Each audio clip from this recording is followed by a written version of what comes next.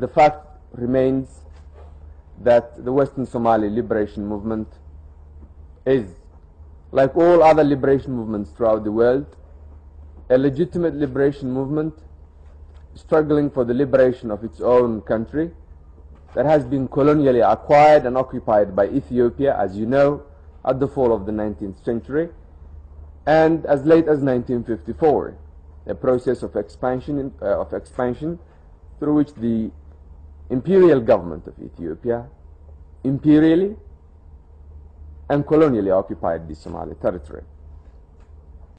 Tell me, sir, why it was necessary for your government to break off diplomatic relations with Britain at this stage?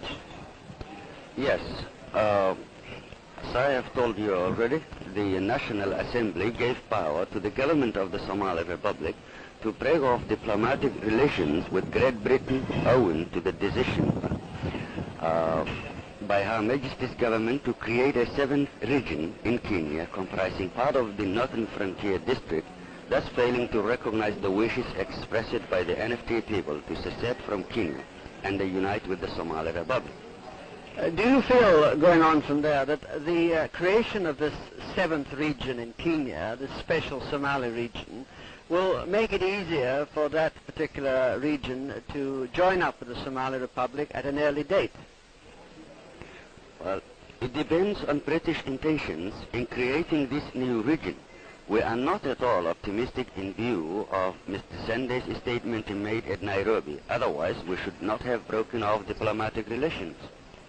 I see. Now, there is an impression in Britain that the British government might well have agreed to the Somali government's request on the NFD if only the Kenya elections could have been held first, thus avoiding upsetting the delicate negotiations between KANU and KADU that Mr. Sands was conducting in Nairobi.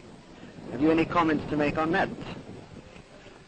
Well, I hope you are right, but it is up to us that the interests of a vast region like the NFD should be subordinated to the interests of the other Africans who have not even agreed among themselves.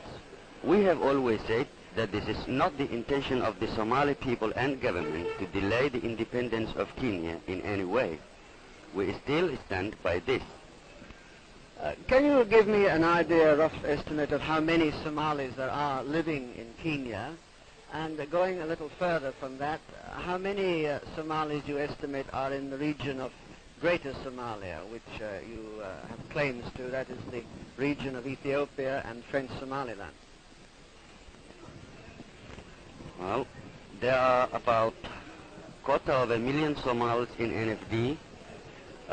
Somalis living under Ethiopian rule are about 1 million, and French Somaliland contains about 100,000. I see. Once the Kenya question is settled in favor of Somalia, as it may well be in time, do you think that Ethiopia will agree to handing back the Haud and Ogaden areas, which you also claim? And if they don't agree, what measures do you feel might be necessary to force this issue to a conclusion in your favor? Well, we are bound to see unity of the Somali people by those peaceful means. Should these means fail, the Somali government will have to adopt other policy, but I cannot say at this stage what they are likely to be.